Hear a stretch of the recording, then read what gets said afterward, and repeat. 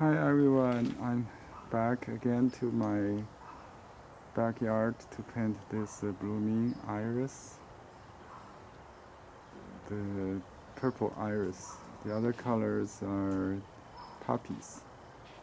Here's the acrylic painting I did yesterday. I'm going to tackle it with a Chinese brush painting on rice paper.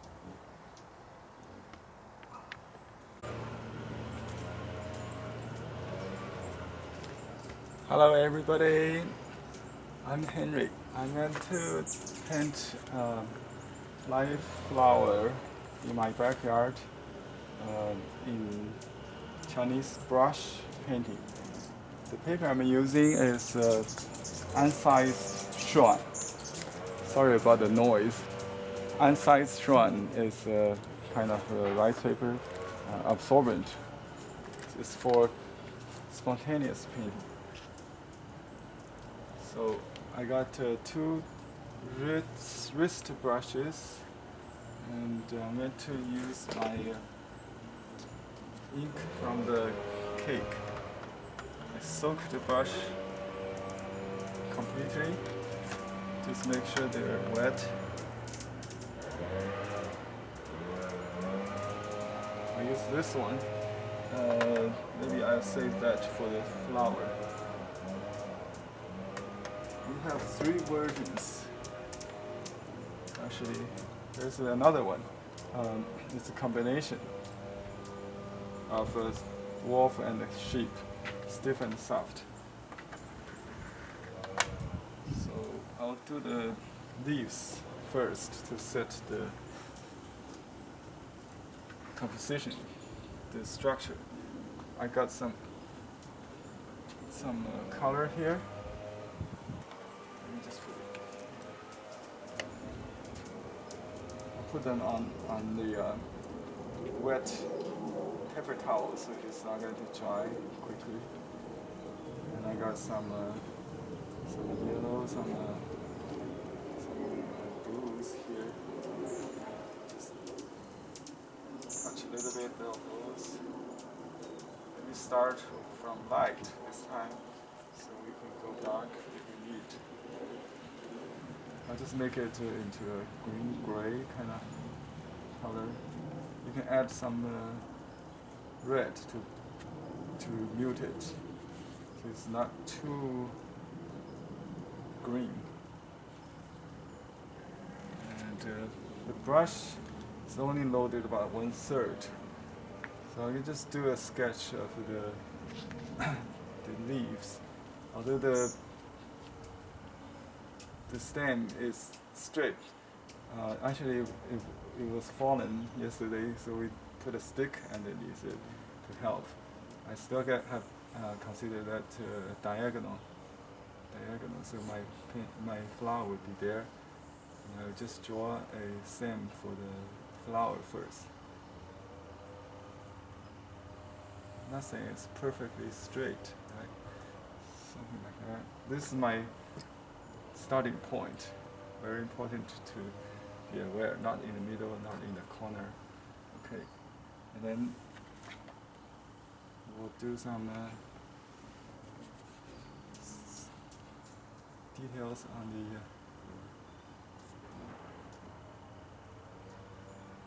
stem. That's something like that.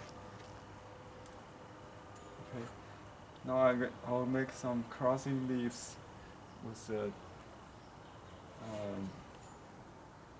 kind of darker green maybe on one side, and maybe some contrast. I don't have sunshine here. That's good because we don't worry about that. We only paint the solar weight of the leaves. So there are many side views in my angle, so I got some narrow ones to start with.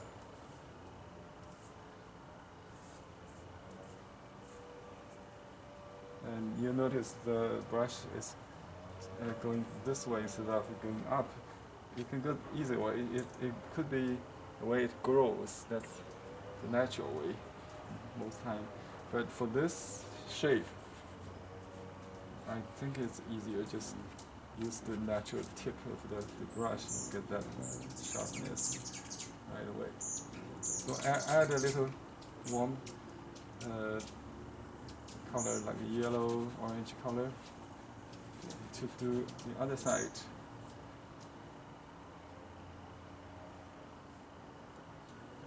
I think there's a leaf which is very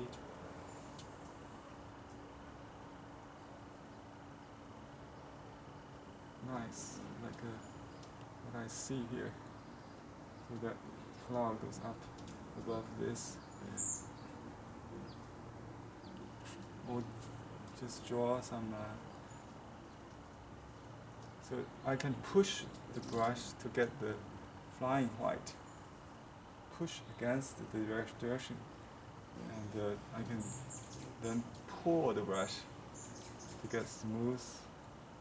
So the brush always not bounce back, return to its shape. So push and pull alternatively will keep the brush in good shape. I don't like the brush too springs. I have hard time to control them. So it's, for me, it's easier to go with a flexible brush. I can shape it. That's another growth there.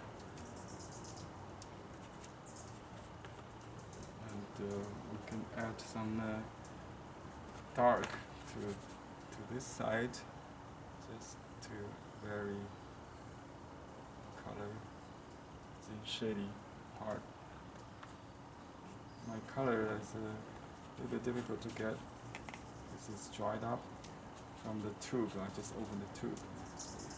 You can still use it if it's dry. You can still use it, but you can soak it before you go on.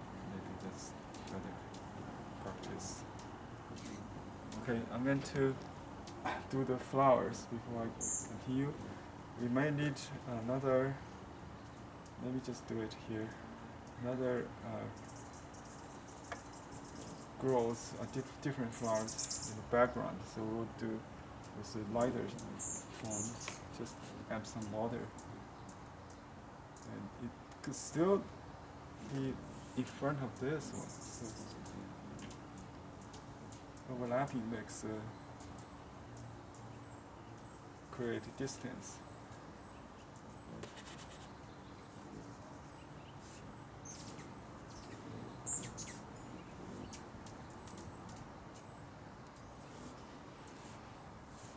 Just some dry strokes.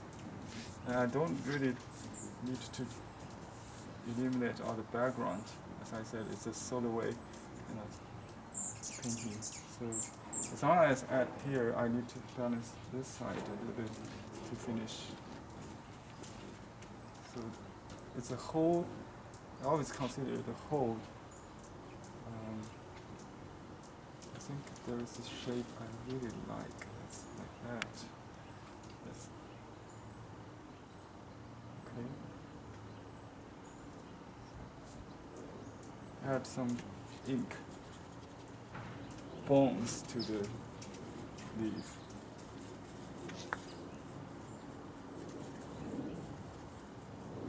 As long as you have the whole picture in mind before you begin, you can start from anywhere. So I just have that flower there, but everything else should be pointing to that direction. A little variation is needed, but the main tendency should be there. Okay, let me do the flowers now. I'll just use number 1 wrist brush, which is a mixture of hug and the sheep. Oops. Some color here. So I mix a little bit gouache of white to the bottom of the brush. A little yellow, maybe to warm it, a little green yellow, make it creamy color, and then I add this purple color with a little bit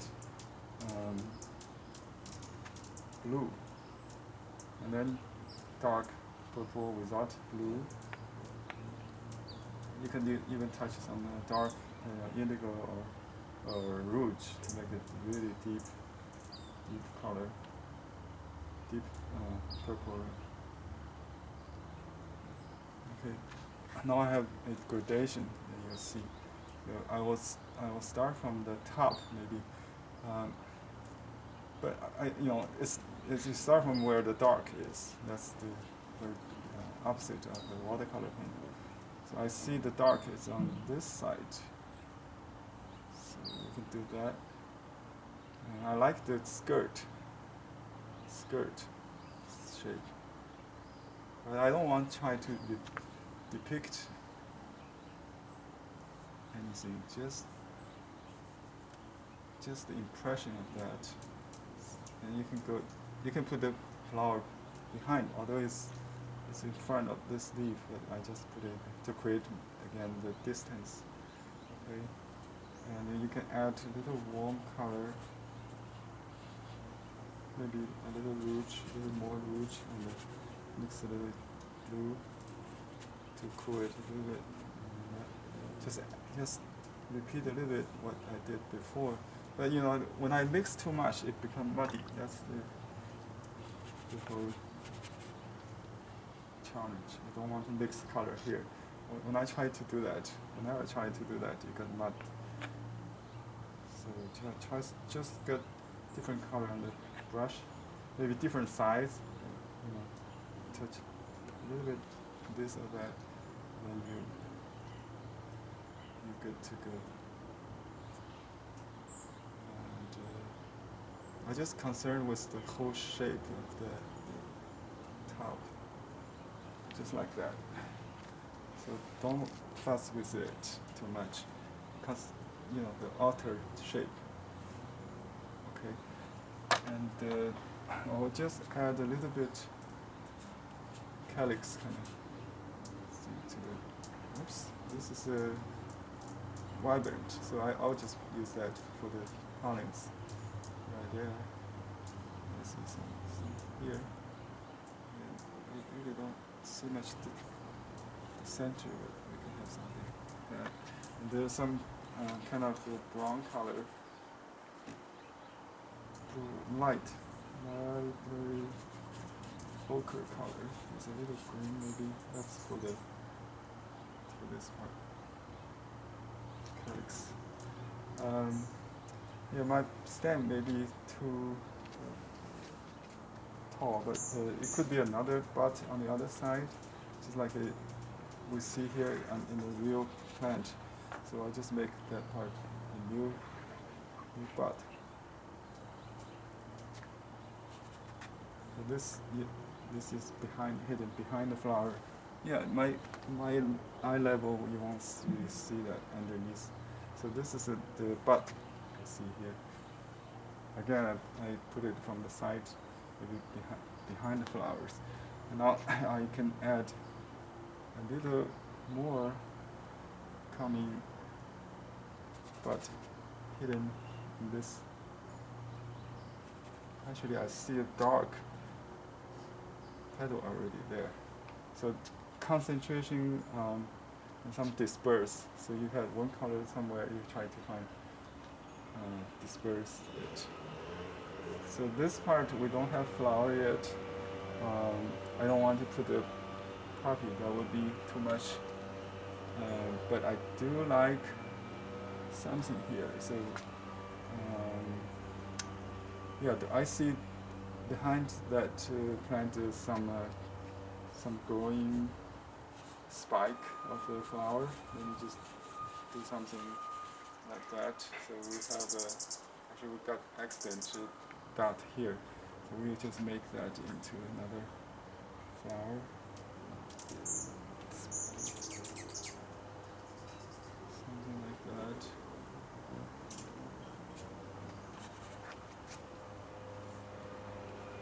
or just a leaf to fill in that space, I think.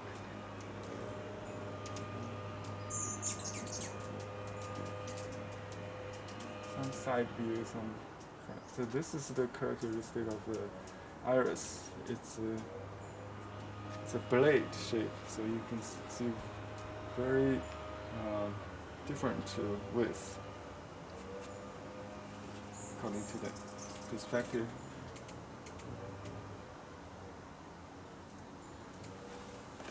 If you don't use any ink, we call that boneless painting. Bone is the ink work, like the structure. I got some here and there, so that's enough maybe. I just sign it. Okay, let me just add a hint of the center here. So I try to create a little triangle interest.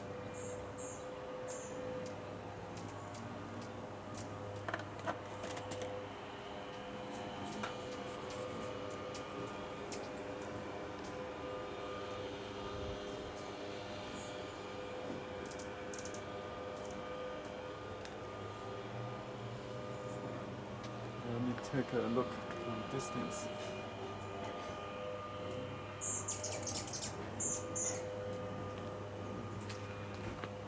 So what do you guys think?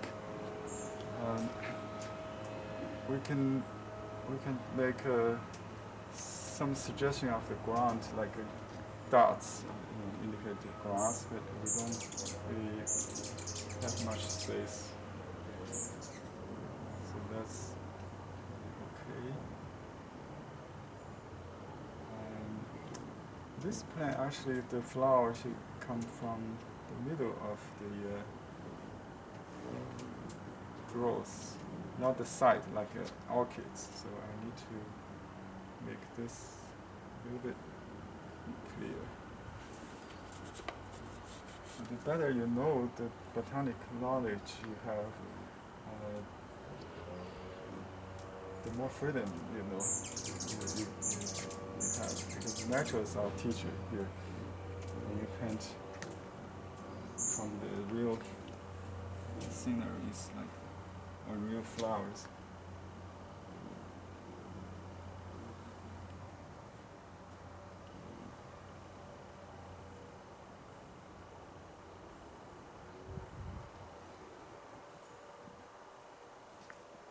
Okay. Sign it. I'll use a smaller brush.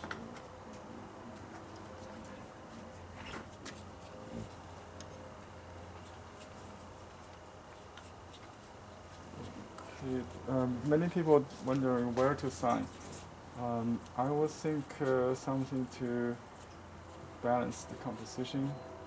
You can do it on this side, or this side, or here, maybe not that same height. So it could be here, I think, for this one. To anchor it. I can sign in Chinese, or if you don't know your Chinese name, you can just sign on the corner, just like, let me do that. Maybe you can do both. Many artists do that. So you can just sign here, Henry. I normally don't spell full name, but I can do that. And then the date. Okay. And then put chalk above that.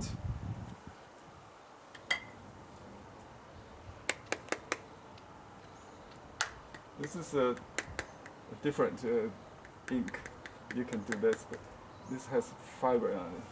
But on the paste, you don't need to punch like that. Just dab gently. So this is the last name of my family name, Seal. Okay. Incidentally, I finished the painting from yesterday here for you to compare the Western style and the Chinese style. So let me know which one you like. Maybe something in between is the best approach, because I like the color of this one, but this is more calligraphic. It's more genius. I try to do both in the same way, so you can always tell the artist's personality from whatever media. It's just the medium, difference. It's still wet, so some parts will be become lighter after it dries, just like a watercolor.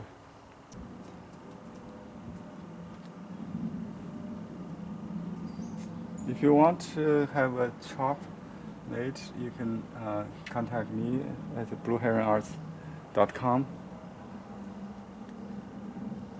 I'm a seal engraving artist also.